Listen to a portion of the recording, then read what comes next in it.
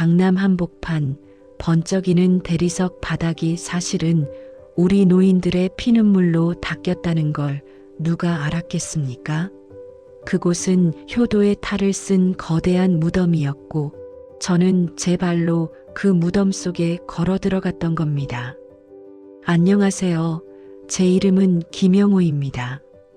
평생 중학교에서 국어를 가르치며 아이들의 앞날을 밝혀주던 교사였죠. 이제는 어느덧 75, 서 있는 그림자조차 가늘어진 평범한 노인입니다. 사연 시작 전 구독과 좋아요를 눌러주시고 댓글 남겨주시면 항상 행운 가득하실 수 있도록 함께 응원드리겠습니다. 아내가 떠난 지 벌써 3년이 되었습니다. 40년을 함께 산 아내가 암으로 세상을 떠나고 나니 30평 남짓한 아파트가 그렇게 넓고 차가울 수가 없더군요. 벽지에 스며든 아내의 숨소리, 부엌에서 들리던 도마질 소리가 사라진 자리엔 오직 낡은 괴종시계의 똑딱 소리만이 가득했습니다. 혼자 차려 먹는 밥상은 왜 그리도 모래알 같던지요. 된장찌개를 끓여도 간을 봐줄 사람이 없으니 소금물인지 국인지 알 수가 없었습니다. 그러던 어느 날이었죠. 대기업 임원으로 눈코 뜰 새 없이 바쁘게 사는 큰아들 민수가 찾아왔습니다. 손에는 번쩍이는 금색 팜플렛이 들려있더군요. 아버지, 이제 혼자 계시는 거 너무 마음이 안 놓여요. 여기 강남에 새로 생긴 더 헤리티지라는 곳인데 대한민국에서 제일 좋은 실버타운이래요. 호텔보다 더 잘 나온다니까요. 민수의 목소리는 확신에 차 있었습니다. 팜플렛을 펼쳐보니 눈이 휘둥그레질 정도로 화려하더군요. 옥상에는 수영장이 있고 식당에서는 특급 호텔 주방장이 요리를 해준다고 적혀 있었습니다. 무엇보다 24시간 의사가 상주하며 어르신들의 건강을 지켜준다는 대목이 제 마음을 흔들었습니다. 사실 저는 아들에게 짐이 되기 싫었습니다. 녀석도 회사 일로 힘들 텐데 늙은 아비 안부 묻느라 매일 전화하는 게 얼마나 고역이겠나 싶었죠. 저는 아들의 손을 꼭 잡으며 말했습니다. 민수야, 너희가 정그러면 내가 한번 가보마. 거기 가면 친구들도 많다니 심심하진 않겠구나. 아들은 안도하는 눈치였습니다. 그 모습이 내심 서운하면서도 한편으로는 이제 자식들 걱정 안 끼쳐도 된다는 생각에 가슴 한구석이 찡했습니다. 하지만 그 화려한 사진들이 사실은 미끼였다는 걸 그때는 꿈에도 몰랐습니다. 입주하던 날 강남의 더 헤리티지 건물 앞에 섰습니다. 하늘을 찌를 듯 솟아오른 유리 건물이 오후의 햇살을 받아 번쩍이고 있었습니다. 로비에 들어서자마자 은은한 백합 향기가 코끝을 스쳤고 입주민 전담 비서들이 허리를 90도로 굽히며 저를 맞이했습니다. 김영호 선생님, 어서 오십시오. 최고의 노후를 약속드리는 강 원장입니다. 자애로운 미소를 띤 강 원장이 다가와 제 손을 잡았습니다. 따뜻한 손길이었지만 왠지 모르게 손가락 끝이 서늘하더군요. 그는 저를 이끌고 이곳저곳을 구경시켜 주었습니다. 헬스클럽에서는 제 또래의 노인들이 최신식 기구로 운동을 하고 있었고 라이브러리에는 고급 양장본 책들이 가득했습니다. 선생님처럼 품격 있는 분들이 모이는 곳입니다. 이곳에 오신 건 탁월한 선택이십니다. 강 원장의 말은 달콤한 꿀 같았습니다. 민수가 지불한 보증금과 월 생활비가 어마어마하다는 건 알고 있었지만 이 정도 대접이라면 아깝지 않겠다는 생각이 들었죠. 저는 그렇게 제 인생의 마지막 안식처라 믿으며 1204호실의 열쇠를 건네받았습니다. 방 안은 정갈했습니다. 통유리창 너머로 강남의 빌딩 숲이 한눈에 들어왔고 침구는 구름처럼 폭신했습니다.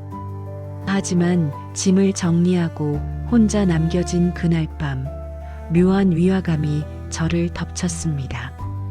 너무나 고요했기 때문이죠. 창문은 두꺼운 방음벽 때문인지 열리지 않았고 복도에는 사람 소리 하나 들리지 않았습니다. 저는 잠시 목을 축이려 방 밖으로 나갔습니다. 그런데 복도 끝에서 검은 정장을 입은 보안 요원들이 무언가를 급히 옮기고 있는 게 보였습니다. 들것 위에 실린 누군가가 하얀 시트에 덮여 있었죠. 이봐요, 무슨 일입니까?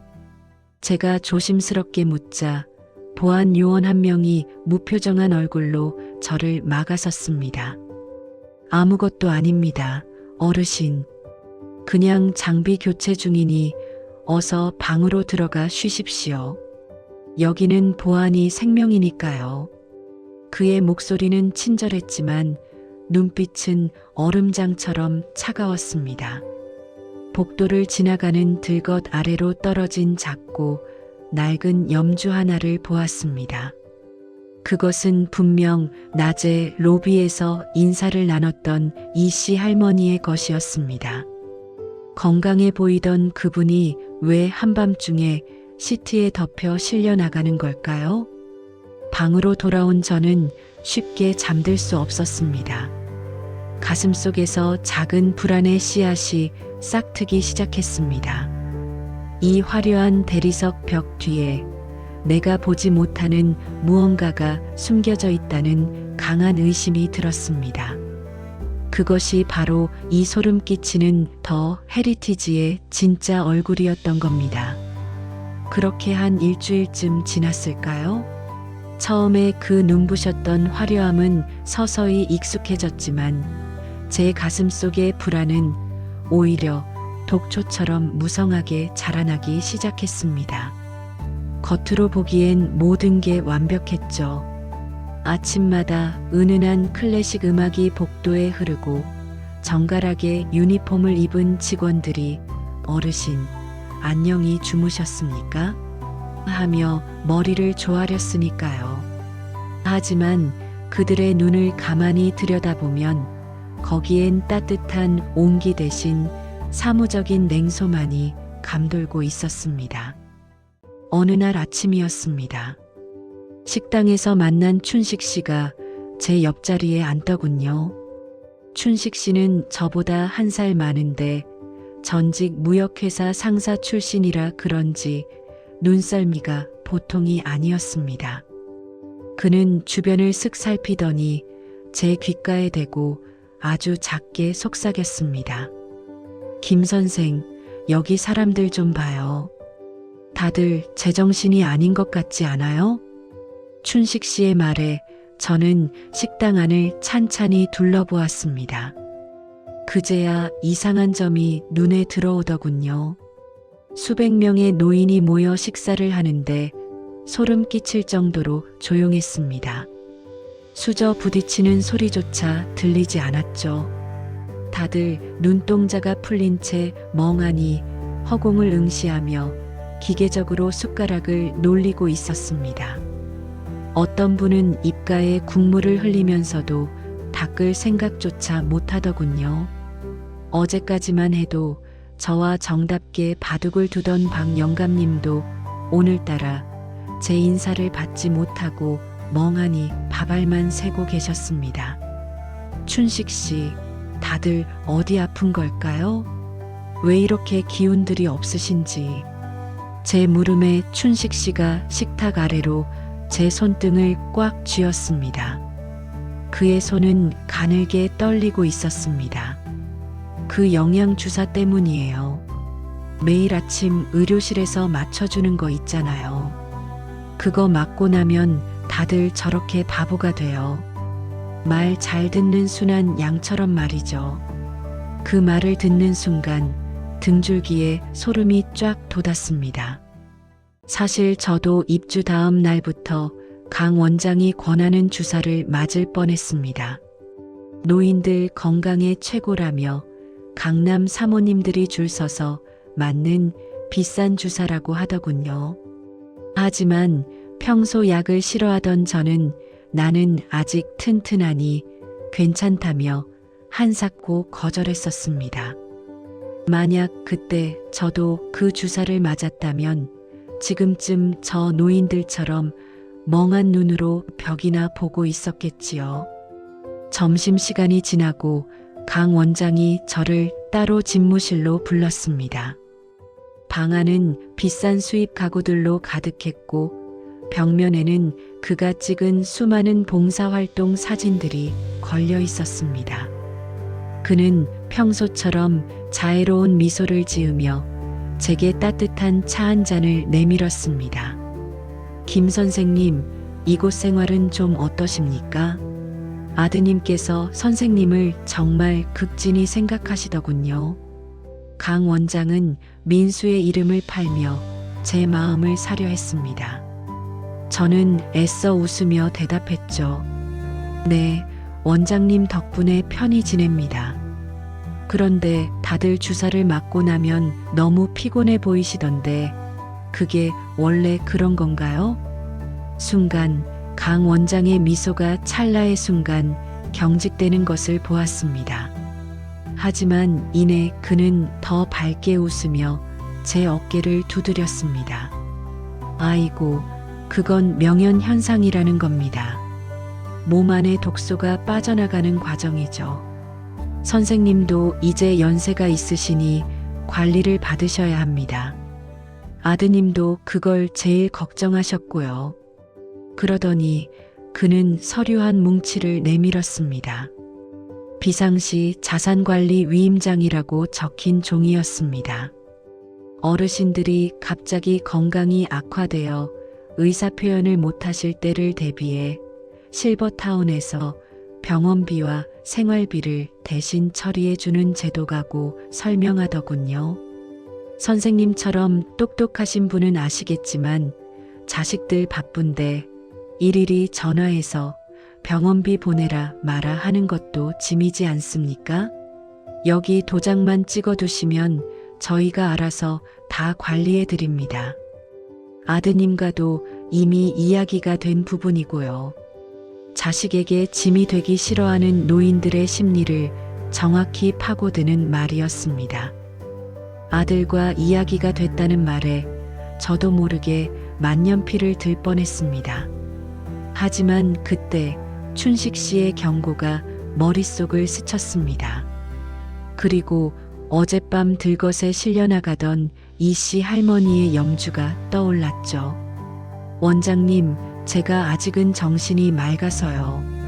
나중에 아들 녀석 직접 오면 그때 같이 의논해 보겠습니다. 제가 정중히 거절하자 강 원장의 눈빛이 순식간에 차갑게 가라앉았습니다. 그는 더 이상 권하지 않았지만 방을 나오는 제 뒤통수에 대고 나직하게 뱉더군요. 선생님, 고집이 너무 세면 노후가 피곤해지는 법입니다. 방으로 돌아오는 길, 복도의 대리석이 마치 차가운 얼음판처럼 느껴졌습니다. 이곳은 낙원이 아니라 노인들의 영혼과 재산을 야금야금 갉아먹는 거대한 덫이었습니다. 복도마다 설치된 CCTV 렌즈가 마치 감시자의 눈동자처럼 저를 집요하게 따라다니는 것 같아 숨이 막혔습니다. 저는 방문을 걸어 잠그고 침대에 앉았습니다. 손등에 튀어나온 검버섯을 만지며 생각했죠. 민수야, 내가 보낸 이곳이 정말 이런 곳인 줄 알았니? 아니, 너도 속은 거겠지. 하지만 이제 아비는 이곳에서 살아나가야겠다. 아니, 살아나가야만 한다. 저는 창밖의 강남 야경을 보았습니다. 화려한 네온사인 아래로 수많은 차가 지나가고 있었지만 그중 누구도 이 높은 유리 건물 안에서 노인들이 소리 없이 시들어가는 것을 알지 못했습니다. 가슴이 답답해져 왔습니다. 억울하고 분해서 눈물이 다 났습니다. 하지만 울고 있을 시간은 없었습니다. 이제부터 제가 해야 할 일은 이 가짜 천국의 가면을 벗기는 일이었으니까요. 그날 원장의 방을 나온 이후 제 일상은 마치 살얼음판을 걷는 것처럼 위태로워졌습니다. 이곳 강남더 헤리티지의 천장은 여전히 높고 아름다웠지만 제 눈에는 그 천장이 금방이라도 저를 덮쳐 누를 거대한 관 뚜껑처럼 보였지요. 여러분, 사람이 가장 무서울 때가 언제인지 아십니까? 귀신을 봤을 때도 아니고 돈을 잃었을 때도 아닙니다. 바로 내가 가장 믿었던 사람들에게 내 진실이 닿지 않을 때, 그리고 내가 있는 이 안식처가 사실은 나를 억제는 감옥이라는 걸 깨달았을 때입니다. 저는 그 공포를 매일 아침 의료실에서 흘러나오는 소독차 냄새와 함께 마셨습니다. 김 선생, 어젯밤에 봤어요? 5층 복도 끝 말이야. 춘식 씨가 식사 도중 사과 조각을 씹으며 떨리는 목소리로 물었습니다. 5층은 이른바 특별 케어실이라는 곳인데 건강이 아주 나빠진 분들이 집중 관리를 받는다는 구역이었죠. 하지만 입주민들 사이에서는 한번 들어가면 살아서 나오지 못하는 검은 구멍으로 통했습니다. 무슨 소리를 들었기에 그렇습니까? 춘식 씨, 비명도 아니었어요. 그저 짐승이 끄끄거리는 것 같은 소리가. 그러더니 오늘 아침에 보니 그 방문 앞에 있던 화분이 치워졌더라고요. 그 말은 주인이 사라졌다는 뜻이지. 춘식 씨의 눈에는 눈물이 그렁그렁했습니다. 평소 농담도 잘하고 호탕하던 그가 이렇게 겁에 질린 걸 보니 제 가슴도 덜컥 내려앉았죠. 저는 결심했습니다. 이대로 눈을 감고 귀를 막고 있다가는 저 역시 저들의 말대로 순한 양이 되어 어느 밤 조용히 사라질 것이 뻔했으니까요. 저는 평생 국어를 가르치며 아이들에게 정의를 가르쳤던 사람입니다. 늙었다고 해서 그 가치를 쓰레기통에 버릴 수는 없었죠. 그날 밤 저는 모두가 잠든 시각을 틈타 5층으로 향했습니다. 신발 소리가 날까봐 양말만 신은 채 차가운 대리석 복도를 걸었지요. 발바닥에서 전해지는 냉기가 뼈마디를 시리게 했지만 멈출 수 없었습니다. 5층 특별 케어실 입구는 두꺼운 철문으로 닫혀 있었습니다. 하지만 낮에 우연히 청소 아주머니가 비밀번호를 누르는 것을 훔쳐본 덕에 문을 열 수 있었죠. 문이 열리자마자 제 코를 찌른 것은 향긋한 백합 향기가 아니었습니다. 찌린내와 락스 냄새, 그리고 썩어가는 상처에서 날 법한 악취가 뒤섞인 지옥의 냄새였지요. 세상에, 이럴 수가. 저는 입을 틀어막았습니다. 그곳의 풍경은 팜플렛 속의 낙원과는 천지 차이였습니다. 좁고 어두운 방들에 노인들이 빽빽하게 누워 있었는데 다들 침대에 팔다리가 묶여 있었습니다. 어떤 분은 기저귀가 흠뻑 젖은 채 방치되어 있었고 어떤 분은 욕창이 심해 신음조차 내지 못하고 있었지요. 화려한 1층 로비와는 단 몇 층 차이일 뿐인데 이곳은 철저히 버려진 공간이었습니다. 저는 떨리는 손으로 휴대폰을 꺼내 사진을 찍기 시작했습니다. 이 추악한 진실을 세상에 알려야 했으니까요.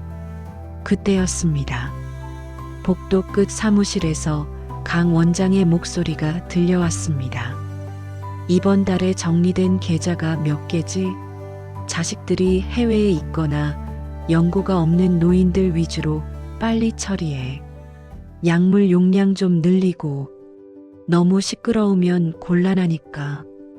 강 원장의 목소리는 비즈니스를 논하는 사업가처럼 차분하고 냉혹했습니다. 그들은 노인들의 생명을 담보로 돈을 세고 있었던 겁니다. 저는 공포에 질려 뒷걸음질 치다 그만 복도에 놓인 카트를 건드리고 말았습니다. 챙그랑 소리가 고요한 복도에 천둥 소리처럼 울려 퍼졌지요. 누구야? 강 원장의 고함 소리와 함께 보안 요원들의 거친 발소리가 들려왔습니다. 저는 정신없이 도망쳤습니다. 비상계단을 단숨에 뛰어내려와 제 방으로 숨어들었죠. 심장이 터질 것 같았고 온몸은 땀으로 젖었습니다. 다음 날 아침 저는 떨리는 손으로 아들 민수에게 전화를 걸었습니다. 민수야, 나다. 여기 당장 와야겠다. 여기가 사람 살 곳이 아니야. 원장이 노인들을 가두고 약을 먹이고 있어. 아비 말 믿고 당장 나 좀 여기서 데려나가다오. 제 목소리는 간절했습니다. 하지만 수학이 넘어 아들의 반응은 제 가슴을 도려냈습니다. 아버지, 또 왜 그러세요? 지난번에도 밥이 맛없네 어쩌네 하시더니 거기 원장님이 얼마나 친절하신데 자꾸 헛소리를 하세요. 의사 선생님이 그러시는데 노인들이 환경이 바뀌면 피해망상이 생길 수도 있대요. 제발 아버님, 저 회사 일로 너무 힘들어요. 사고 치지 말고 가만히 좀 계세요. 민수야, 이 아비 말이 장난으로 들리느냐? 내가 직접 내 눈으로 봤단 말이다. 됐어요, 아버지. 나중에 제가 갈 때 이야기해요. 끊습니다. 뚝 소리와 함께 전화가 끊겼습니다. 저는 멍하니 휴대폰을 내려다보았습니다. 세상 모두가 저를 미쳤다고 해도 내 자식만큼은 제 진심을 알아줄 줄 알았습니다. 하지만 민수에게 저는 그저 돈을 많이 들여 모셔놓은 하지만 자꾸만 문제를 일으키는 귀찮은 노인일 뿐이었던 겁니다. 눈물이 뺨을 타고 흘러내렸습니다. 억울함보다 더 큰 것은 배신감이었습니다. 자식을 위해 평생을 바쳤는데 돌아오는 것은 내 말을 망상으로 치부하는 차가운 목소리뿐이라니요. 저는 거울 속에 제 모습을 보았습니다. 주름진 얼굴, 하얗게 센 머리카락. 확실히 저는 힘없는 늙은이였습니다. 하지만 제 정신만큼은 그 어느 때보다 또렷했습니다. 그래, 민수 내가 안 믿어준다면 내가 증명해 보이마. 이 애비가 미치지 않았다는 걸, 그리고 이곳이 얼마나 무서운 곳인지 내 스스로 밝혀내겠다. 저는 소매로 눈물을 닦아냈습니다. 이제 저를 지켜줄 자식은 없었습니다. 오직 제 자신과 같은 처지인 춘식 씨만이 유일한 동료였지요. 저는 방문을 굳게 걸어 잠그고 찍어둔 사진들을 다시 확인했습니다. 사진 속 노인들의 슬픈 눈망울이 저를 향해 소리치는 것 같았습니다. 살려주세요. 우리를 여기서 꺼내주세요. 그들의 소리 없는 아우성이 제 심장을 때렸습니다. 이제 이것은 제 개인의 탈출 문제가 아니었습니다. 이 지옥 같은 낙원에 갇힌 모든 영혼을 위한 싸움이 시작된 것이었죠. 저는 깊은 한숨을 내쉬며 밤이 오기를 기다렸습니다. 어둠이 깊어질수록 진실을 밝히기 위한 제 의지는 더욱 단단해져 갔습니다. 사방이 막힌 방 안에 갇혀 누군가 나를 지켜보고 있다는 기분을 느껴보셨나요? 그것도 나를 보호한다는 명목하에 세워진 번쩍이는 카메라 렌즈들이 말입니다. 5층의 지옥을 목격한 이후 제 방 천장의 화재 감지기조차 저를 비웃는 원장의 눈동자처럼 보였습니다. 잠을 청하려 눈을 감아도 그곳에서 본 노인들의 핏기 없는 손동작이 눈앞에 아른거려 도저히 잠을 이룰 수 없었죠. 김 선생님, 요즘 안색이 부쩍 안 좋으시네요.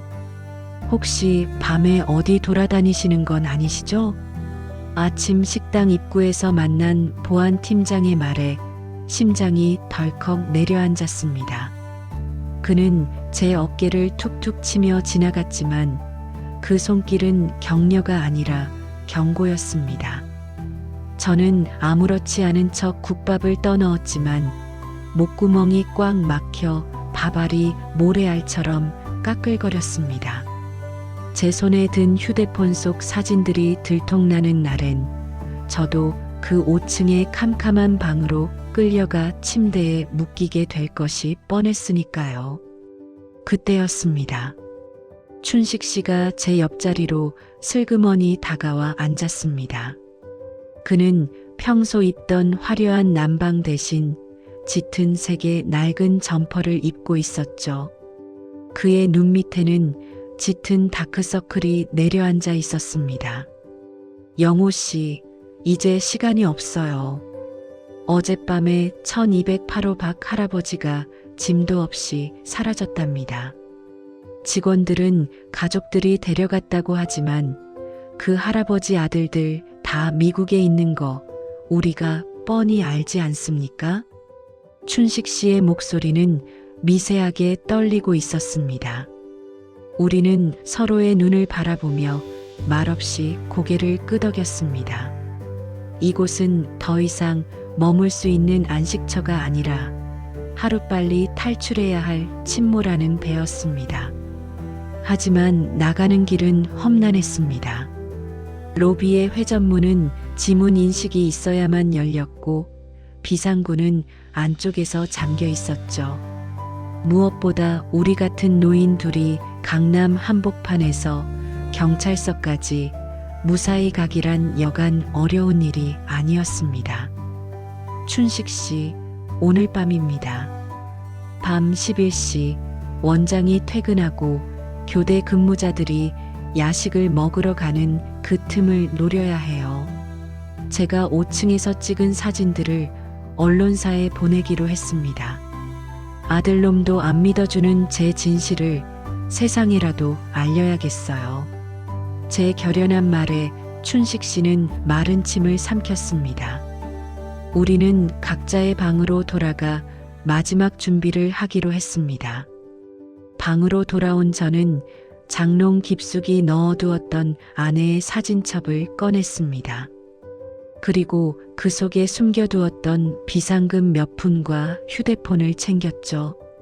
만약 일이 잘못된다면 이 사진첩을 다시는 보지 못할지도 모른다는 생각에 가슴이 미어지는 것 같았습니다. 여보, 나 좀 도와줘요. 우리 자식들이 모르는 이 추악한 곳에서 내가 살아나갈 수 있게 지켜봐줘요. 속으로 간절히 기도하고 있을 때였습니다. 갑자기 띠링 소리와 함께 제 방문이 열렸습니다. 예고도 없는 방문이었죠. 강 원장과 2명의 보안 요원이었습니다. 저는 본능적으로 휴대폰을 등 뒤로 숨겼습니다. 김 선생님, 방 청소 상태 좀 점검하러 왔습니다. 요즘 어르신들이 방에 위험한 물건을 숨겨두는 일이 잦아서요. 강 원장의 목소리는 여전히 부드러웠지만 눈은 매처럼 날카롭게 방안을 훑었습니다. 보안 요원들이 제 서랍장을 거칠게 뒤지기 시작했습니다. 양말이 바닥에 나뒹굴고 아내와 찍은 사진들이 발에 채였습니다. 저는 입술을 깨물며 참았습니다. 지금 화를 내면 모든 게 끝장이라는 걸 알고 있었으니까요. 원장님, 노인네 방에 뭐가 있다고 이렇게까지 하십니까? 저를 못 믿으시는 건가요? 제 떨리는 물음에 강 원장이 제 앞으로 천천히 다가왔습니다. 그는 제 어깨에 묻은 먼지를 털어주는 척하며 귓가에 속삭였습니다. 믿고 싶죠? 하지만 선생님께서 자꾸 제 뒤를 캐고 다니시면 곤란합니다. 5층은 선생님이 가실 곳이 아닙니다. 아직은 말이죠. 그의 서늘한 협박에 심장이 멎는 것 같았습니다. 그들은 이미 제가 5층에 다녀간 걸 알고 있었던 겁니다. 요원들이 제 침대 매트리스까지 들춰보았지만 다행히 휴대폰은 제 바지춤 뒤에 단단히 고정되어 있었습니다. 수색이 끝나고 그들이 방을 나갈 때까지 저는 숨조차 크게 쉬지 못했습니다. 문이 닫히는 소리와 함께 저는 바닥에 주저앉았습니다. 온몸이 땀으로 범벅이 되어 있었죠. 이제는 정말 물러설 곳이 없었습니다. 원장은 이미 저를 목표물로 정했습니다. 오늘 밤 탈출하지 못하면 내일 아침 저는 5층의 그 차가운 침대 위에서 눈을 뜨게 될 것입니다. 저는 창밖을 보았습니다. 화려한 강남의 불빛들이 마치 저를 비웃는 유령들의 춤사위처럼 일렁거렸습니다. 하지만 저는 포기할 수 없었습니다. 저를 믿고 함께하기로 한 춘식 씨, 그리고 5층에서 소리 없이 죽어가는 동료들을 위해서라도 저는 이 황금빛 감옥의 문을 부수고 나가야 했습니다. 밤 10시 50분, 저는 가방을 챙겨 들고 어두운 방 안에 섰습니다. 시계의 초침 소리가 제 심장 박동 소리처럼 크게 들려왔습니다. 똑딱 똑딱. 인생의 마지막 승부를 걸어야 할 시간이 다가오고 있었습니다. 저는 굳게 닫힌 방문 손잡이를 잡았습니다. 손바닥에 닿는 금속의 차가움이 오히려 제 정신을 맑게 깨워주었습니다. 가자, 영호야. 여기서 죽을 순 없다. 스스로에게 나지막이 읊조리며 저는 어둠 속으로 첫 발을 내디뎠습니다. 복도의 센서 등이 하나둘 켜질 때마다 제 등 뒤로 긴 그림자가 드리워졌습니다. 그것은 마치 과거의 슬픔과 현재의 공포를 떨쳐내려는 제 의지처럼 길게 뻗어 있었습니다. 이른이 넘은 나이에 도둑고양이처럼 복도를 기어다닐 줄은 꿈에도 몰랐습니다. 죽음보다 무거운 정적이 흐르는 강남의 한복판, 그 화려한 더 헤리티지의 복도는 밤이 되니 차가운 무덤의 입구처럼 길게 뻗어 있었죠. 저는 숨을 죽이고 한 걸음씩 내디뎠습니다. 발바닥을 타고 전해지는 대리석의 향기가 제 온몸의 신경을 바짝 세우더군요. 약속 장소는 지하 2층 세탁실 옆 비상구였습니다. 그곳은 대형 세탁물이 오가는 곳이라 CCTV 사각지대가 있다는 것을 춘식 씨가 미리 알아뒀지요. 복도 모퉁이를 돌 때마다 붉게 깜빡이는 천장의 감시 카메라가 마치 나를 비웃는 짐승의 눈동자처럼 느껴졌습니다. 저는 벽에 바짝 붙어 그림자처럼 움직였습니다. 심장 소리가 어찌나 크게 들리던지 지나가는 쥐 한 마리조차 제 심장 소리를 듣고 달려올 것만 같아 가슴을 꽉 눌러야 했습니다. 지하 계단실에 도착했을 때 어둠 속에서 누군가 제 팔을 낚아챘습니다. 누구야? 비명을 지를 뻔한 제 입을 거친 손이 막았습니다. 춘식 씨였습니다. 그는 이미 땀범벅이 된 채 가쁜 숨을 몰아쉬고 있었죠. 그의 손은 얼음장처럼 차가웠고 눈은 공포로 번뜩이고 있었습니다.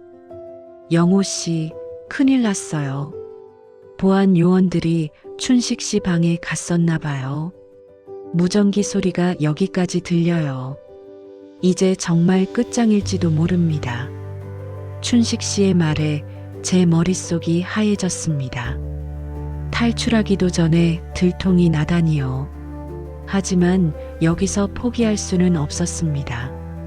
여기서 잡히면 우리는 5층의 그 어두운 격리실에서 평생 약물에 취해 살아야 할 테니까요. 저는 춘식 씨의 손을 꼭 잡았습니다. 춘식 씨, 정신 차리세요. 우리가 여기서 죽을 순 없잖습니까? 내 자식놈한테 내가 미치지 않았다는 걸 보여줘야 해요. 어서 움직입시다. 우리는 비상문을 밀었습니다. 하지만 평소에는 열려있던 그 문이 굳게 잠겨 있었습니다. 원장이 이미 모든 출구를 차단한 것이었죠. 화려한 강남의 야경이 유리창 너머로 뻔히 보이는데 단 몇 센티미터의 철문이 우리를 가로막고 있었습니다.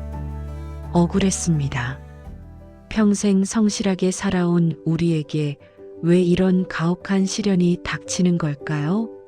돈으로 효도를 대신하려던 자식들, 노인들을 돈벌이 수단으로만 보는 악마 같은 인간들. 분노가 치밀어 올라 눈물이 핑 돌았습니다. 그때였습니다. 복도 끝에서 구두 소리가 들려왔습니다. 또각또각. 규칙적이고 차가운 소리. 강 원장이었습니다. 그는 우리가 여기 있을 것을 확신하는 듯 여유롭게 다가오고 있었죠. 김 선생님, 박 선생님. 이 늦은 밤에 운동이라도 나오셨나요? 여기는 위험하니 제가 모시고 가겠습니다. 그의 목소리는 어둠 속에서 소름 끼치도록 다정했습니다. 하지만 그 뒤에는 덩치 큰 요원 2명이 몽둥이를 든 채 서 있었죠. 춘식 씨는 이미 다리에 힘이 풀려 주저앉아 버렸습니다. 저는 벽을 짚고 버텼습니다. 제 바지춤에 숨긴 휴대폰, 그 속에 든 5층의 진실이 담긴 사진들, 이것만은 뺏길 수 없었습니다. 강 원장, 당신이 하는 짓 내가 다 세상에 알릴 거요. 우리를 가둬둔다고 진실이 가려질 것 같나? 제 외침에 강 원장은 코웃음을 쳤습니다. 세상이 누구 말을 믿을까요? 치매 초기 증상을 보이는 노인네 말일까요? 아니면 대한민국 최고의 실버타운 원장인 제 말일까요? 선생님, 아드님조차 선생님을 정신병자 취급하는데 말이죠. 그의 말은 칼이 되어 제 가슴을 후벼 팠습니다. 민수야, 내가 내뱉은 그 의심의 말 한마디가 지금 아비의 목에 칼을 들이밀고 있구나. 저는 눈을 감았습니다. 아내의 얼굴이 떠올랐습니다. 여보, 나 이제 당신 곁으로 가는 건가요? 절망이 저를 덮치려던 그 찰나였습니다. 갑자기 천장에서 요란한 경보음이 울려 퍼졌습니다. 비비빅, 비비빅. 동시에 스프링클러에서 차가운 물줄기가 쏟아져 내렸습니다. 춘식 씨가 미리 화재 감지기에 라이터 불을 붙여둔 것이었죠. 아수라장이 된 틈을 타 저는 춘식 씨를 일으켜 세웠습니다. 지금이에요. 가요. 물이 쏟아지는 복도는 미끄러웠지만 우리는 죽으림을 다해 반대편 화물용 엘리베이터로 뛰었습니다. 보안 요원들이 눈을 씻으며 우리를 쫓아왔지만 쏟아지는 물줄기 때문에 시야가 가려진 듯 했습니다. 우리는 간신히 엘리베이터에 몸을 싣고 닫힌 버튼을 미친 듯이 눌렀습니다. 문이 닫히는 틈 사이로 일그러진 강 원장의 얼굴이 보였습니다. 우리는 지하 4층 주차장으로 내려갔습니다. 그곳은 쓰레기 수거 차량이 드나드는 통로가 있었죠. 젖은 옷이 몸에 착 달라붙어 덜덜 떨렸지만 멈출 수 없었습니다. 쓰레기 냄새가 진동하는 어두운 터널 끝에서 희미한 빛이 보였습니다. 그것은 강남의 밤거리, 우리가 그렇게 갈구하던 자유의 빛이었습니다. 하지만 안심할 수 없었습니다. 주차장 출구 쪽에서 다시 보안 요원들의 목소리가 들려왔기 때문입니다. 춘식 씨는 숨을 헐떡이며 제 손을 놓았습니다. 영호 씨, 나 먼저 가요. 난 이제 더는 못 뛰겠어. 사진들은 영호 씨한테 있잖아요. 당신이라도 살아서 진실을 알려줘요. 무슨 소립니까? 같이 가야죠. 아니요. 내가 여기서 시간을 벌게요. 영호 씨는 저기 쓰레기차 뒤로 숨어서 나가요. 제발 내 목까지 살아줘요. 춘식 씨는 제 등을 떠밀고는 반대편으로 달려가 소리를 질렀습니다. 보안 요원들의 시선이 춘식 씨에게 쏠린 사이 저는 눈물을 머금고 어둠 속으로 몸을 숨겼습니다. 제 등 뒤로 춘식 씨의 신음소리와 거친 욕설이 들려왔습니다. 가슴이 찢어지는 것 같았지만 저는 앞만 보고 달렸습니다. 이것이 춘식 씨가 제게 준 마지막 기회라는 걸 알았으니까요. 간신히 실버타운의 높은 담장을 넘어 차가운 아스팔트 바닥에 굴러떨어졌습니다. 지나가는 차들의 헤드라이트 불빛이 눈이 부셨습니다. 화려한 강남의 밤거리, 그 한복판에서 저는 피투성이가 된 손으로 휴대폰을 움켜쥐었습니다. 이제부터가 진짜 시작이었습니다. 제 친구 춘식 씨를 구하고 이 황금빛 무덤의 실체를 세상에 폭로해야 했습니다. 저는 비틀거리며 공중전화 박스로 향했습니다. 떨리는 손으로 번호를 눌렀습니다. 그것은 아들이 아닌 평생 연락 한 번 하지 않았던 옛 제자, 지금은 신문기자가 된 녀석의 번호였습니다. 빗물인지 눈물인지 모를 액체가 제 얼굴을 적시고 있었습니다. 강남의 밤거리가 그렇게 차갑고 무서운 곳인 줄 예전엔 미처 몰랐습니다. 화려한 네온 사이는 쉴 새 없이 번쩍이고 사람들은 저마다 바쁜 걸음으로 제 곁을 지나쳤지요. 하지만 젖은 옷을 입고 비틀거리는 이 늙은이에게 손을 내미는 사람은 단 한 명도 없었습니다. 저는 마치 투명 인간이라도 된 기분이었어요. 사람들의 눈에는 제가 그저 치매에 걸려 길을 잃은 초라한 노숙자 정도로 보였겠지요. 저는 덜덜 떨리는 손으로 공중전화 부스 안으로 들어갔습니다. 유리에 맺힌 빗물 너머로 제가 탈출한 그 높은 유리 건물이 보였습니다. 저 화려한 불빛 아래 제 친구 춘식 씨가 고초를 겪고 있을 생각을 하니 가슴이 찢어지는 것 같았습니다. 춘식 씨, 조금만 기다려요. 내가 반드시 사람들을 데리고 갈 테니까요. 저는 떨리는 손가락으로 기억 속에 저장해 두었던 번호를 하나씩 눌렀습니다. 20년 전 제 국어 수업을 듣던 장난기 가득했던 제자 승연이의 번호였죠. 지금은 한 일간지의 사회부 기자가 되어 불의를 파헤치고 있다는 소식을 들었거든요. 여보세요. 승연이니? 나 김영호 선생님이다. 제 목소리는 빗소리에 섞여 힘없이 떨렸습니다. 수화기 너머로 잠시 정적이 흐르더니 이내 승연이의 놀란 목소리가 들려왔습니다. 선생님? 아니, 이 시간에 어쩐 일이세요? 목소리가 왜 그러세요? 저는 북받쳐 오르는 감정을 억누르며 간신히 말을 이어갔습니다. 강남의 실버타운에서 겪은 일들, 5층의 그 끔찍한 비밀 격리실, 그리고 춘식 씨의 희생까지. 제 이야기는 본물 터지듯 쏟아져 나왔습니다. 승연이는 제 이야기를 듣는 내내 숨을 죽였고 저는 제 말을 믿어달라고 울먹이며 호소했습니다. 선생님, 지금 어디세요? 제가 바로 그리로 가겠습니다. 움직이지 말고 거기 계세요. 승연이의 목소리는 든든한 버팀목 같았습니다. 전화를 끊고 부스 안에 주저앉아 그를 기다리는 시간은 영겁처럼 길게 느껴졌습니다. 지나가는 차들의 헤드라이트 불빛이 눈이 부셔 눈을 감으면 자꾸만 아들 민수의 차가운 얼굴이 떠올랐습니다.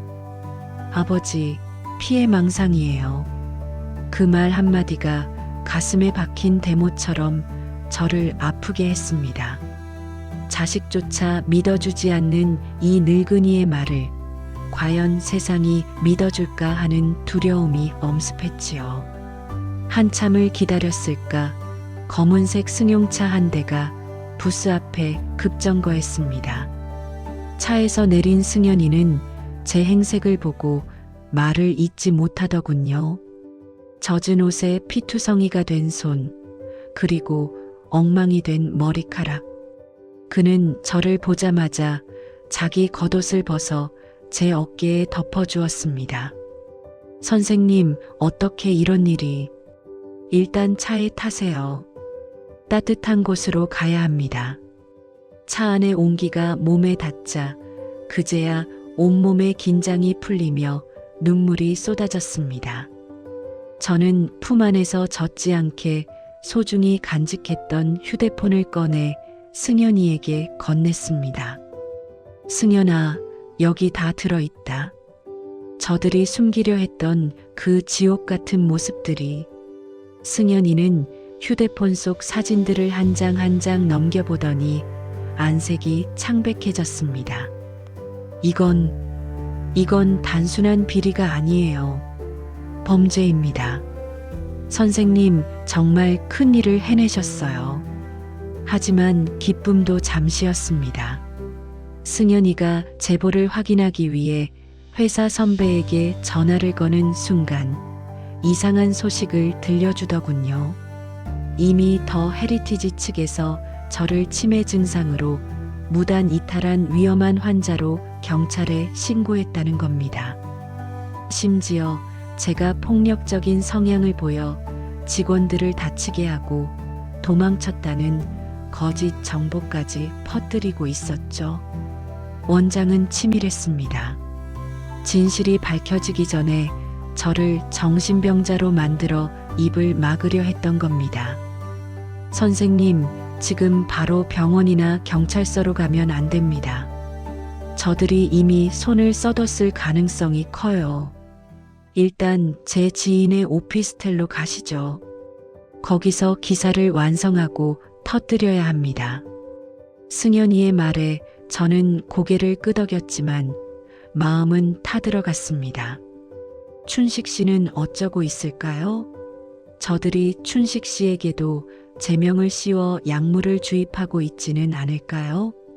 어둠 속에서 번쩍이는 강남의 빌딩들은 이제 거대한 괴물의 이빨처럼 보였습니다. 그 괴물은 돈과 권력이라는 갑옷을 두르고 우리 같은 힘없는 노인들을 통째로 삼키려 하고 있었습니다. 승연아, 내가 늙어서 힘은 없지만 정신은 멀쩡하다. 저들이 나를 미친 사람으로 몰아도 끝까지 싸울 거다. 우리 춘식 씨를 구해야 해. 저는 창밖을 보며 다짐했습니다. 아들 민수에게도, 원장에게도, 그리고 이 비정한 세상에게도 보여줄 겁니다. 노인은 죽어가는 존재가 아니라 끝까지 존엄을 지키기 위해 투쟁하는 존재라는 사실을요. 승연이가 운전대를 꽉 쥐는 모습이 보였습니다. 그의 옆모습에서 예전 수업 시간에 제 눈을 반짝이며 바라보던 어린 소년의 모습이 겹쳐 보였습니다. 그때 제가 가르쳤던 정의라는 단어가 오늘 밤 제자를 통해 제 목숨을 구하고 있었습니다. 우리는 빗길을 뚫고 서울 외곽의 비밀스러운 장소로 향했습니다. 등 뒤로 멀어지는 실버타운의 화려한 불빛이 오늘따라 유난히 시리게 느껴졌습니다. 하지만 제 손에 쥔 휴대폰은 그 어느 때보다 뜨겁게 느껴졌습니다. 이 작은 기계 안에 갇힌 노인들의 비명이 이제 곧 세상을 향해 터져 나올 준비를 하고 있었으니까요. 세상에서 가장 무거운 것이 무엇인지 아십니까? 바로 작디 작은 메모리 칩 하나에 담긴 진실의 무게입니다. 승연이의 오피스텔에서 보낸 하룻밤은 제 일생에서 가장 길고도 고통스러운 시간이었습니다. 젖은 옷을 갈아입고 따뜻한 차를 마셨지만 제 몸은 여전히 실버타운의 그 차가운 지하 주차장에 머물러 있는 듯 덜덜 떨렸지요. 선생님, 기사 나갔습니다. 이제 곧 세상이 뒤집어질 거예요. 승연이가 노트북 모니터를 제게 돌려주었습니다. 화면에는 제가 5층 비밀 격리실에서 찍은 그 처참한 사진들이 대문짝만하게 걸려 있었죠. 강남 최고급 실버타운의 두 얼굴, 노인 학대와 자산 갈취의 현장이라는 제목이 붉은색으로 번쩍이고 있었습니다. 제 손끝이 떨렸습니다. 이 사진 한 장을 위해 춘식 씨가 자신을 내던졌고 저는 빗속을 미친 듯이 달렸던 겁니다. 하지만 그 기쁨도 잠시였습니다. 채 1시간도 지나지 않아 더 헤리티지 측에서 반박 성명을 냈더군요. 강 원장은 뻔뻔하게도 카메라 앞에 서서 자애로운 미소를 지으며 말했습니다. 해당 기사에 사용된 사진은 치매 노인의 망상이 만들어낸 조작된 것입니다. 김영호 씨는 심각한 인지 장애를 겪고 있으며 현재 무단 이탈 중이라 저희 직원들이 걱정하며 찾고 있습니다. 저희는 오직 어르신들의 행복만을 생각합니다. 그의 거짓말에 저는 TV 모니터를 부수고 싶을 만큼 분노했습니다. 어떻게 저렇게 태연하게 거짓말을 할 수 있을까요? 제가 평생 가르쳤던 세상은 이런 곳이 아니었는데 늙고 힘없는 노인의 말이라고 해서 이렇게 쉽게 쓰레기 취급을 당해야 하는 것인지 억울해서 숨이 가빠왔습니다. 그때 제 휴대폰이 요란하게 울렸습니다. 아들 민수였습니다. 저는 희망을 품고 전화를 받았지만 돌아온 것은 아들의 고함 소리였습니다. 아버지, 지금 제정신이세요? 회사로 기자들이 전화를 하고 난리가 났어요. 그 좋은 곳에서 왜 이런 소동을 피우시는 거예요? 원장님이 그러시는데 아버지 치매 증상이 심해지셔서 헛것을 보신 거라고 하잖아요.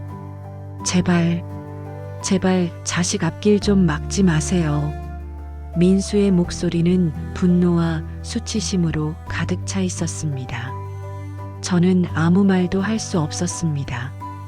다른 사람도 아닌 내 핏줄이, 내 아들이 저 악마 같은 원장의 말을 더 믿고 있다니요. 제 가슴 한구석이 툭 하고 끊어지는 기분이 들었습니다. 민수야, 내가 나를 정말 그렇게 생각하니? 이 아비가 미쳐서 내 앞길을 망치려 한다고 믿는 거야? 제 목소리는 물속에서 말하는 것처럼 먹먹했습니다.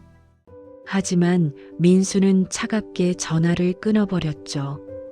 저는 멍하니 허공을 바라보았습니다. 세상 모두가 저를 손가락질해도 민수만큼은 제 손을 잡아줄 줄 알았습니다. 그 배신감은 실버타운의 고문보다 더 아프게 제 심장을 파고들었습니다. 하지만 여러분, 하늘이 무너져도 솟아날 구멍은 있다고 하지요. 승연이의 기사가 나가자마자 믿기지 않는 일이 벌어졌습니다. 기사 댓글에 자신들도 비슷한 일을 겪었다는 피해 가족들의 제보가 빗발치기 시작한 겁니다. 우리 어머니도 거기서 돌아가셨는데 사인이 불분명했다. 부모님 통장에서 알 수 없는 돈이 빠져나갔다는 글들이 올라오기 시작했죠. 결정적으로 실버타운에서 근무하다 강 원장의 횡포에 못 이겨 그만두었던 전직 간호사 한 명이 승연이에게 연락을 해왔습니다. 그녀는 강 원장이 노인들에게 강제로 투여했던 약물 리스트와 이중 장부를 몰래 보관하고 있었노라고 고백했습니다. 선생님, 이제 됐어요. 이제 원장은 도망갈 곳이 없습니다. 승연이가 주먹을 꽉 쥐며 외쳤습니다. 저는 그제야 참았던 숨을 크게 내쉬었습니다. 진실은 느리지만 반드시 제 길을 찾아오는 법이었습니다. 제가 찍은 사진은 불씨였고 이제 그 불씨가 거대한 횃불이 되어 강남의 그 화려한 지옥을 태우려 하고 있었습니다. 저는 거울 앞에 섰습니다. 비록 아들에게 버림받고 쫓기는 신세지만 제 눈빛만큼은 그 어느 때보다 형형하게 빛나고 있었습니다. 저는 승연이에게 말했습니다. 승연아, 경찰서로 가자. 이번엔 도망치는 게 아니라 내 발로 당당히 걸어 들어가서 저들의 죄를 낱낱이 밝히겠다. 그리고 우리 춘식 씨 반드시 구해내야 한다. 우리는 다시 빗길을 뚫고 경찰서로 향했습니다. 제 손에는 이제 더 이상 공포가 아닌 확신이 쥐어져 있었습니다. 75세의 늙은 교사가 세상에 던지는 마지막 수업, 그것은 바로 정의는 죽지 않는다는 사실이었습니다. 살면서 가장 속 시원한 소리가 무엇인지 아십니까?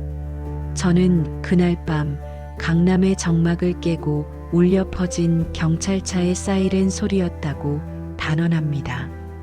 그 요란한 소리가 마치 제 가슴 속에 맺힌 응어리를 하나하나 깨뜨려주는 것만 같았거든요. 우리는 세 대의 경찰차와 함께 다시 더 헤리티지 앞에 도착했습니다. 불과 하루 전만 해도 죽음의 공포를 느끼며 도망쳤던 그곳이었죠. 번쩍이는 경광등 불빛이 유리 건물 외벽에 반사되어 춤을 추고 있었습니다. 승연이는 이미 생방송 중계 카메라를 준비하며 비장한 표정을 짓고 있었고요. 저 역시 덜덜 떨리는 다리에 힘을 꽉 주고 차에서 내렸습니다. 김 선생님, 이제 다 왔습니다. 조금만 더 힘을 내세요. 승연이가 제 손을 꼭 잡아주었습니다. 저는 고개를 끄덕이며 로비를 향해 걸어갔습니다. 예전처럼 허리를 숙여 인사하던 비서들은 없었습니다. 대신 당황해서 어쩔 줄 모르는 직원들과 우리를 막아서려는 보안 요원들 뿐이었죠. 하지만 정의의 칼날 앞에 그들의 위세는 종이장처럼 무력했습니다. 경찰입니다. 모두 제자리에서 손 떼세요. 지금부터 이 건물 전체를 수색하겠습니다. 경찰관들의 외침과 함께 로비는 순식간에 아수라장이 되었습니다. 저는 그 혼란을 뚫고 엘리베이터로 달려갔습니다. 목적지는 단 하나, 춘식 씨가 갇혀 있을 5층 특별 케어실이었습니다. 엘리베이터 숫자가 올라갈 때마다 제 심장은 터질 듯이 요동쳤습니다. 춘식 씨, 제발 살아만 있어줘요. 조금만 견뎌줘요. 저는 손바닥이 축축해질 정도로 기도를 올렸습니다. 5층 문이 열리자마자 저는 복도를 가로질러 달렸습니다. 어제 봤던 그 끔찍한 냄새가 여전히 진동하더군요. 경찰들이 들이닥치자 당황한 간호사들이 주사기를 숨기려다 붙잡혔습니다. 저는 방마다 문을 벌컥벌컥 열며 춘식 씨의 이름을 불렀습니다. 춘식 씨, 박춘식, 나요, 영호요. 어디 있어요? 마지막 구석 방이었습니다. 문을 열자마자 저는 무너져 내릴 뻔했습니다. 춘식 씨는 어제보다 더 수척해진 모습으로 침대에 묶여 있었습니다. 눈은 반쯤 풀려 있었고 입가에는 하얀 침이 말라붙어 있었죠. 제가 다가가 어깨를 흔들자 그는 초점 없는 눈으로 저를 한참이나 바라보았습니다. 영호 씨, 정말 왔네. 꿈이 아니지? 춘식 씨의 갈라진 목소리에 저는 참았던 눈물을 터뜨렸습니다. 저는 떨리는 손으로 그의 손목을 묶은 끈을 풀어냈습니다. 그 주름진 손목에 남은 붉은 상처를 보니 원장에 대한 분노가 다시금 불타올랐습니다. 춘식 씨는 제 손을 잡고 아이처럼 엉엉 울었습니다. 우리 두 노인은 그 어두운 방 안에서 서로를 끌어안고 한참을 울었지요. 그때였습니다. 복도 끝에서 강 원장이 수갑을 찬 채 경찰들에게 끌려가는 모습이 보였습니다. 그의 화려했던 정장은 구겨져 있었고 자애롭던 미소는 온데간데 없이 비굴한 표정뿐이었습니다. 그는 저와 눈이 마주치자 고개를 푹 숙이더군요. 강 원장, 똑똑히 보시오. 당신이 짓밟으려 했던 노인들이 이렇게 다시 일어섰소. 돈으로 살 수 없는 게 있다는 걸 이제 알겠소? 제 호통의 주변에 있던 다른 노인들도 하나둘 정신을 차리고 문 밖으로 고개를 내밀었습니다. 묶여있던 끈이 풀리고 약물 주사가 멈추자 그들의 눈에 다시 생기가 돌기 시작했죠. 그것은 마치 긴 겨울잠에서 깨어난 나무들처럼 경이로운 광경이었습니다. 경찰들은 원장의 비밀 금고에서 수십 장의 인감 도장과 이중 장부들을 쏟아냈습니다. 노인들의 재산을 가로채 강남의 빌딩을 사들이고 호의호식했던 그들의 죄악이 낱낱이 세상 밖으로 드러나는 순간이었죠. 승연이의 카메라는 그 모든 과정을 빠짐없이 담아내고 있었습니다. 저는 춘식 씨를 부축해 천천히 건물 밖으로 걸어 나왔습니다. 로비 밖에는 소식을 듣고 달려온 수많은 취재진과 시민들이 모여 있었습니다. 그리고 그 인파 속에서 저는 익숙한 얼굴 하나를 발견했습니다. 바로 제 아들 민수였습니다. 민수는 넋이 나간 표정으로 저를 바라보고 있었습니다. TV 뉴스를 통해 이곳의 참상을 직접 확인하고 달려온 모양이었죠. 그는 제가 다친 곳은 없는지 살피며 제 앞으로 다가오려 했지만 저는 차갑게 시선을 돌렸습니다. 아직은 그의 얼굴을 마주할 용기가 나지 않았거든요. 춘식 씨, 이제 정말 끝났어요. 우리 집으로 갑시다. 아니, 우리가 진짜 살아야 할 곳으로요. 저는 춘식 씨의 손을 꼭 잡고 밤 공기를 깊게 마셨습니다. 강남의 공기가 오늘따라 유난히 달콤하게 느껴지더군요. 비록 몸은 만신창이가 되었고 마음엔 깊은 흉터가 남았지만 우리는 지켜냈습니다. 우리의 존엄을 그리고 진실을요. 자식이라는 존재는 참으로 묘합니다. 내 배 아파 낳은 것도 아닌데 아내와 함께 정을 나누며 키운 그 녀석이 세상에서 가장 큰 기쁨이 되기도 하고 때로는 심장을 도려내는 듯한 가장 아픈 가시가 되기도 하죠. 그 지옥 같은 실버타운에서 구출되어 병원 침대에 누워 있자니 창밖으로 비치는 달빛이 그렇게 처량할 수가 없었습니다. 옆 침대에서 곤히 잠든 춘식 씨의 거친 숨소리를 들으며 저는 붕대 감긴 제 손등을 가만히 내려다보았습니다. 그때였습니다. 병실 문이 아주 조심스럽게 열리더군요. 문틈으로 새어나오는 복도의 하얀 불빛 사이로 낯익은 그림자가 비쳤습니다. 제 아들 민수였습니다. 녀석은 병실 안으로 선뜻 들어오지 못하고 문손잡이를 잡은 채 한참을 서 있었습니다. 어둠 속에서도 녀석의 어깨가 가늘게 떨리고 있는 것이 보였죠. 저는 눈을 감고 자는 척을 했습니다. 아직은 녀석에게 무슨 말을 해야 할지, 이 서운하고 아린 마음을 어떻게 보여줘야 할지 갈피를 잡지 못했기 때문입니다. 민수는 아주 천천히 발소리를 죽이며 제 침대 곁으로 다가왔습니다. 그리고 의자에 앉아 한참 동안 제 얼굴을 빤히 바라보는 것 같더군요. 적막한 병실 안에 녀석의 무거운 한숨 소리가 내려앉았습니다. 아버지.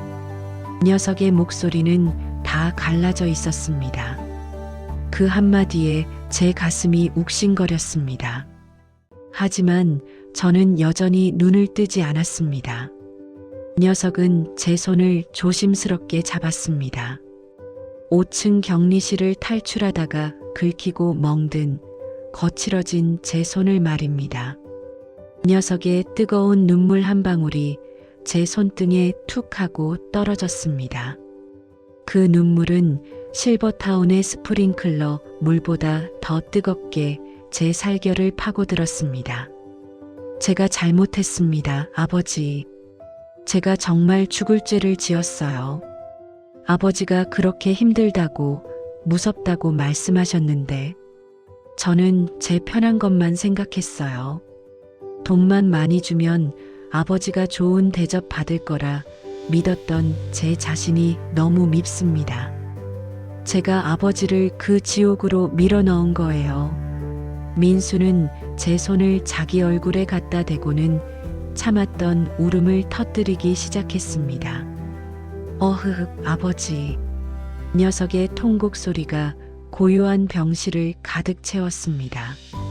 평소 대기업 임원내 모내하며 항상 꼿꼿하던 녀석이 이제는 길 잃은 어린아이처럼 제 손을 붙잡고 몸부림을 치더군요. 그 모습을 보니 제 마음속에 단단하게 뭉쳐있던 얼음덩어리가 조금씩 녹아내리기 시작했습니다.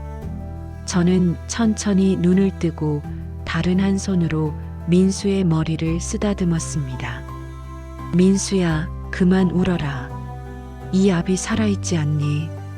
제 말에 민수는 소스라치게 놀라며 고개를 들었습니다. 녀석의 눈은 이미 퉁퉁 부어 있었고 얼굴은 눈물과 콧물로 범벅이 되어 있었습니다. 녀석은 제 품에 얼굴을 묻고는 더 크게 울음을 터뜨렸습니다. 아버지, 정말 죄송해요. 제가 아버지를 미쳤다고 생각했어요. 그 원장 말만 믿고 아버지를 환자 취급했어요. 제가 어떻게 아버지를... 저를 용서하지 마세요, 아버지.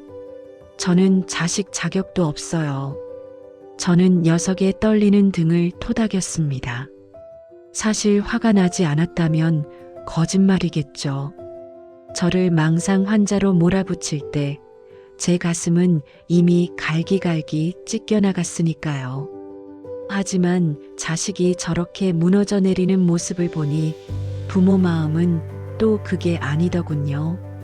미워 죽겠다가도 내 자식 눈에서 피눈물이 흐르는 걸 보니 그저 안쓰러운 마음이 앞섰습니다. 민수야, 너도 속은 게지. 그 원장놈이 워낙 여우 같은 놈 아니었니?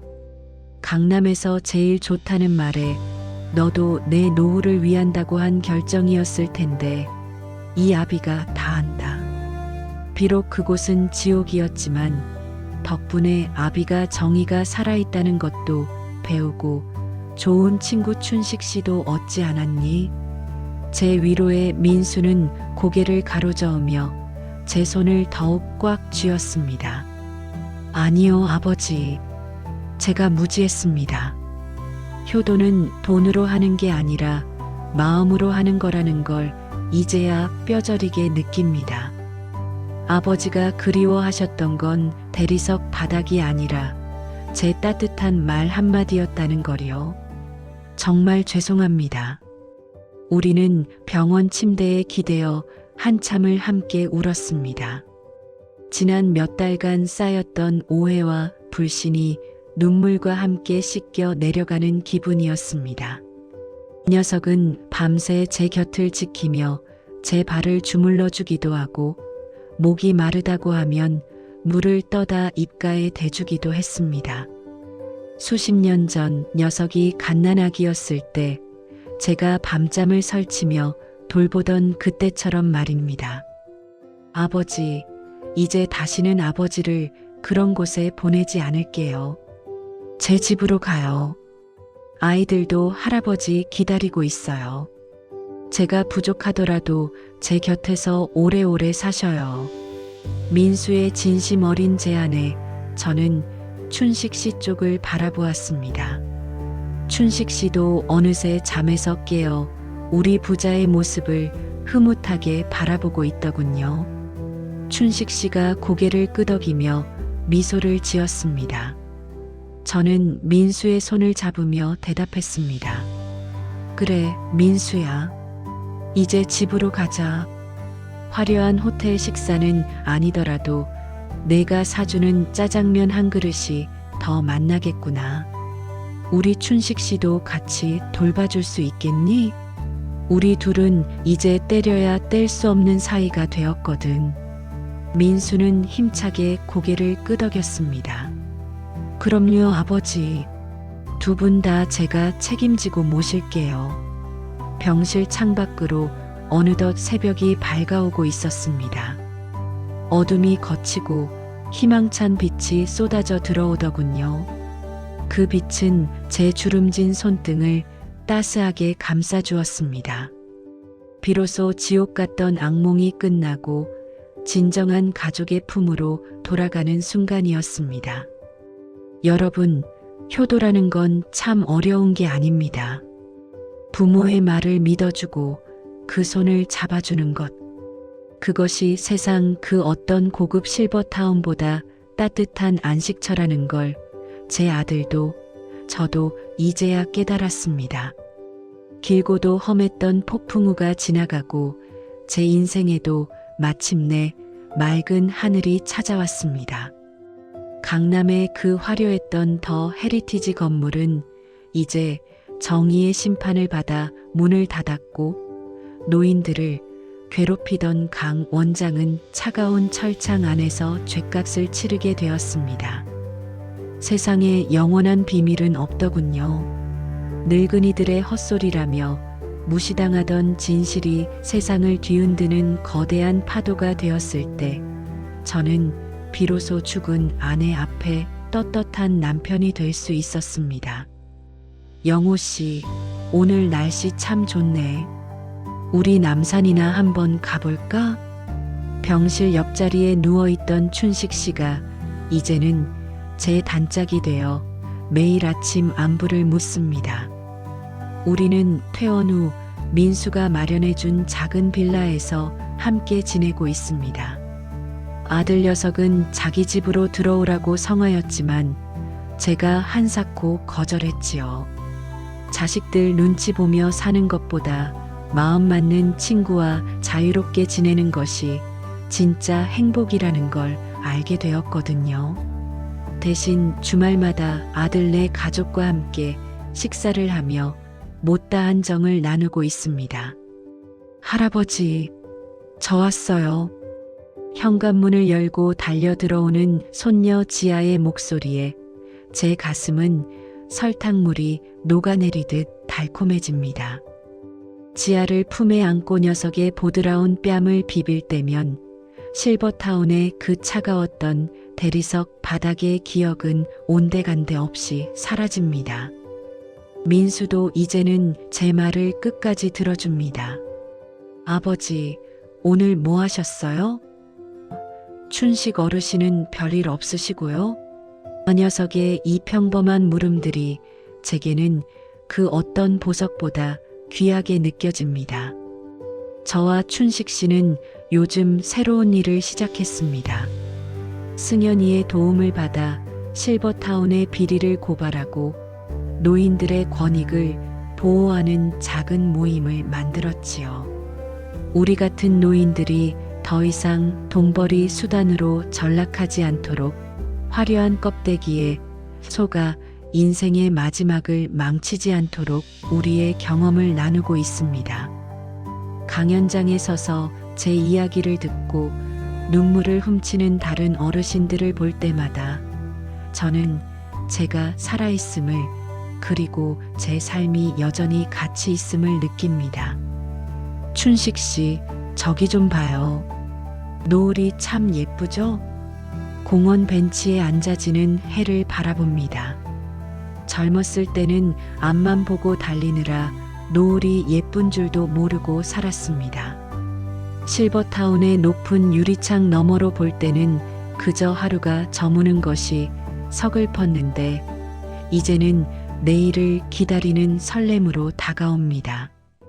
여러분, 노후의 행복은 결코 비싼 보증금이나 호텔급 식사에서 나오지 않습니다. 내가 가고 싶은 곳을 내 발로 갈 수 있는 자유, 내 말을 진심으로 들어주는 가족, 그리고 힘들 때 손잡아 줄 수 있는 친구 한 명. 그것이 진정한 낙원의 조건이라는 걸 저는 이제야 깨달았습니다. 인생의 황혼기에 접어든 동료 여러분, 그리고 자식들을 키우느라 평생을 바친 이 땅의 모든 부모님, 기죽지 마십시오. 우리는 여전히 우리 인생의 주인공입니다. 자식들에게 짐이 될까 두려워 스스로를 감옥으로 밀어넣지 마세요. 진실을 말하고 권리를 찾고 끝까지 존엄하게 살아가십시오. 영호 씨, 이제 그만 들어가세.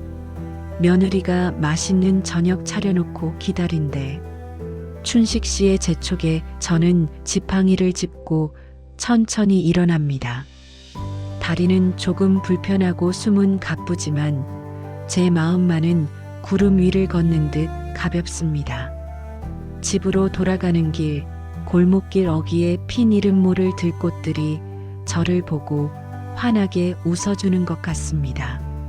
제 사연을 끝까지 들어주셔서 감사합니다. 여러분의 노년에도 항상 따뜻한 햇살과 진정한 자유가 가득하기를 제가 진심으로 응원하겠습니다. 고맙습니다. 그리고 사랑합니다.